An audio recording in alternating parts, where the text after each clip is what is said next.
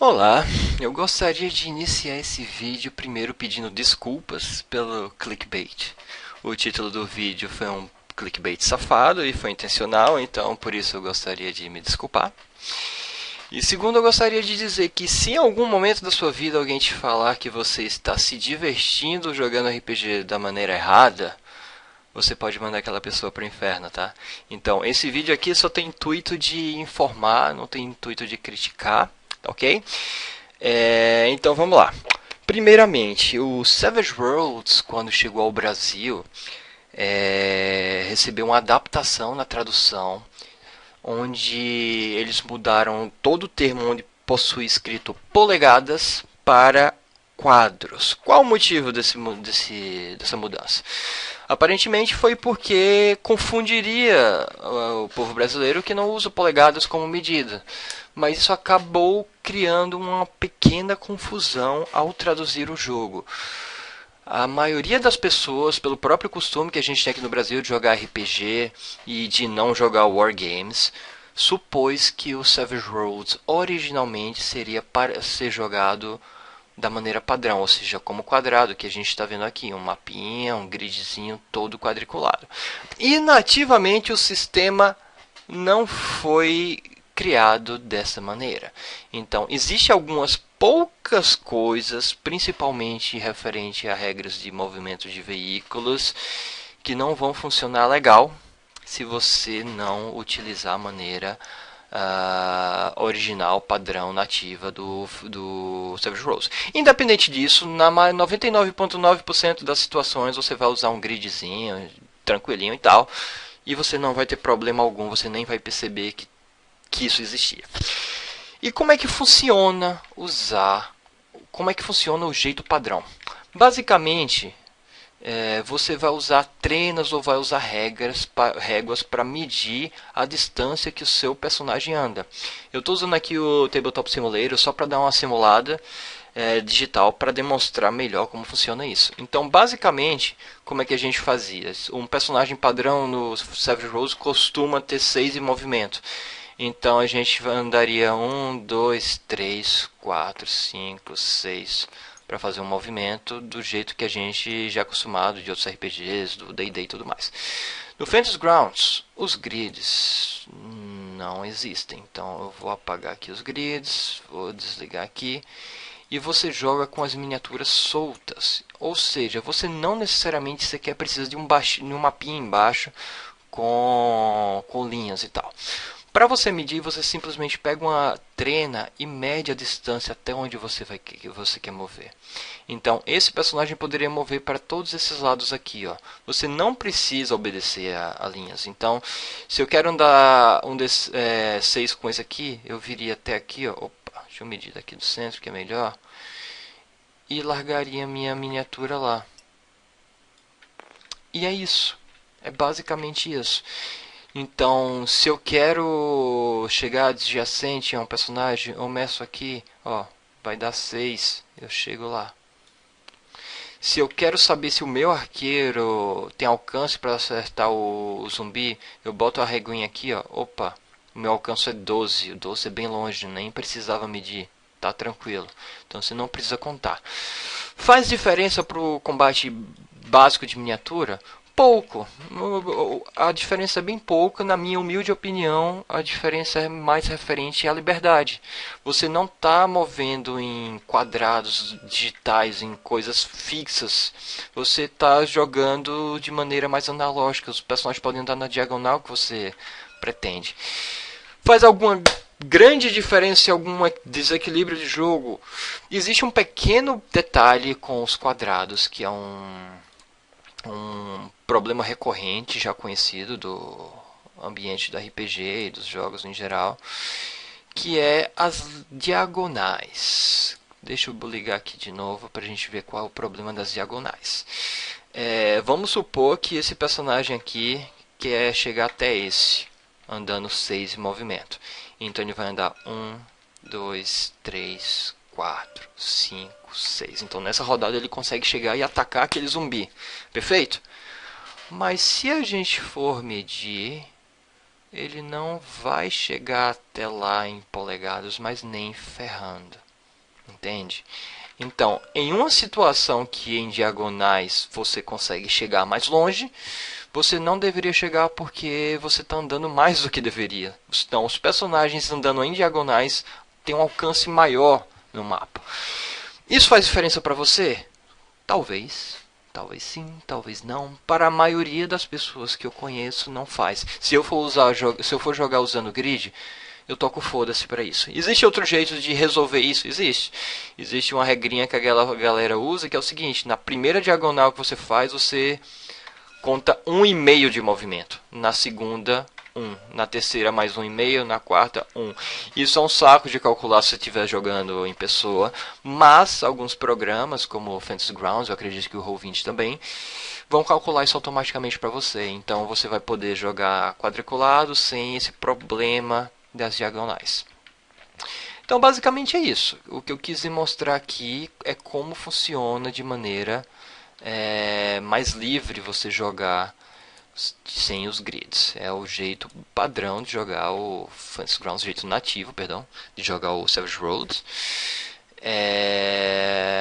E basicamente isso. Eu vou fazer um videozinho mostrando uma solução bem prática de você que não tem uma trena de wargames em casa para jogar da maneira padrão se quiser conhecer.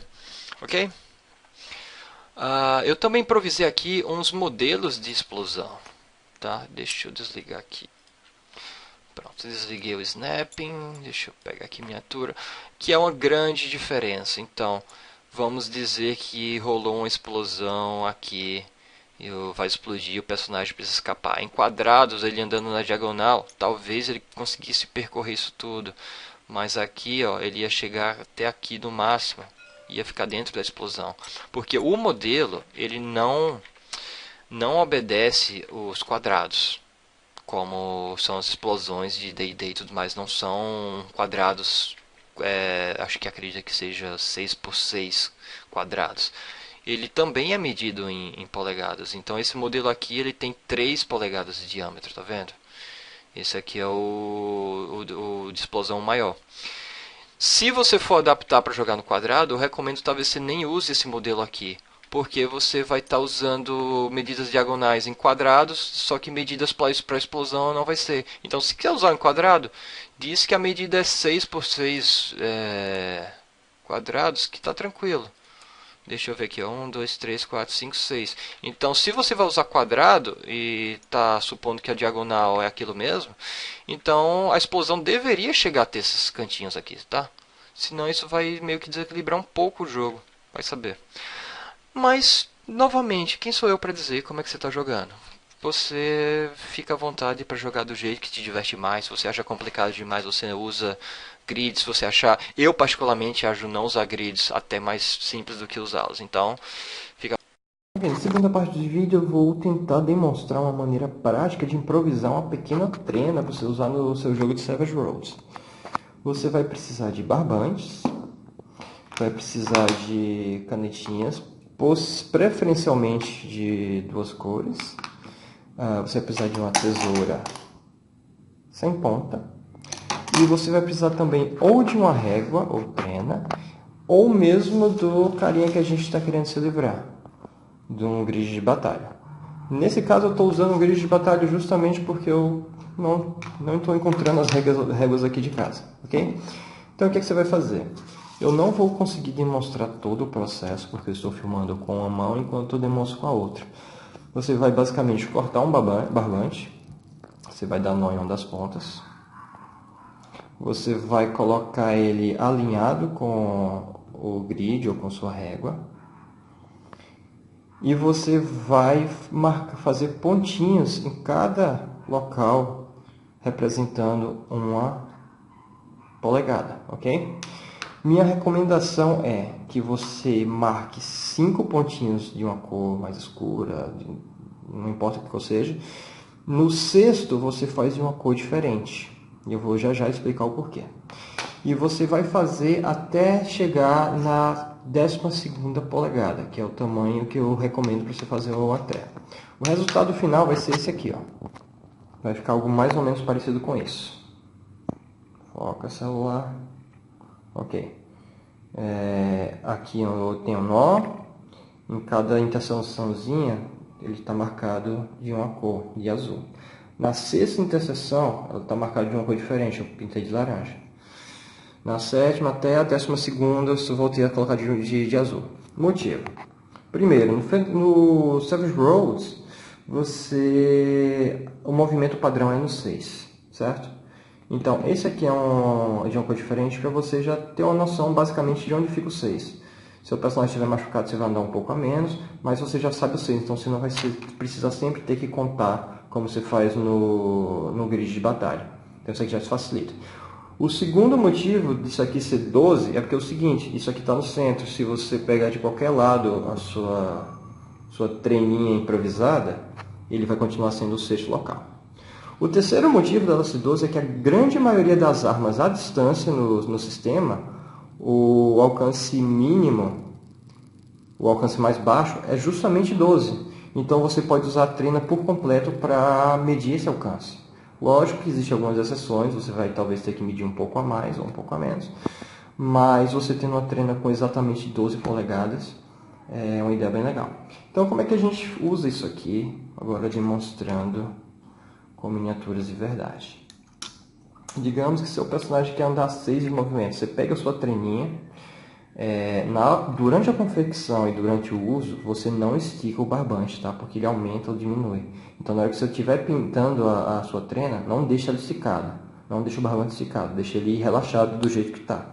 E na hora do jogo também. Então, você simplesmente vai pegar o barbante, colocar na frente do seu personagem e vai andar 6. Então, você daqui, coloca aqui, pronto, resolvido, você já fez seu movimento. Então, digamos que você queira andar mais, sei lá, mais 3 aqui. Aí você pode contar 1, 2, 3. Obviamente não está esticado, mas é só para demonstração. E você movimenta seu personagem. Para você saber se ele está em distância corpo a corpo, isso aí vai ser de acordo com o GM. O GM vai adjudicar. Então, na minha opinião, se está abaixo de 1 polegada, que obviamente está, você já pode dizer que as duas miniaturas estão em combate corpo a corpo. Se você tiver dúvida, você pega a treninha, coloca assim por cima e vê.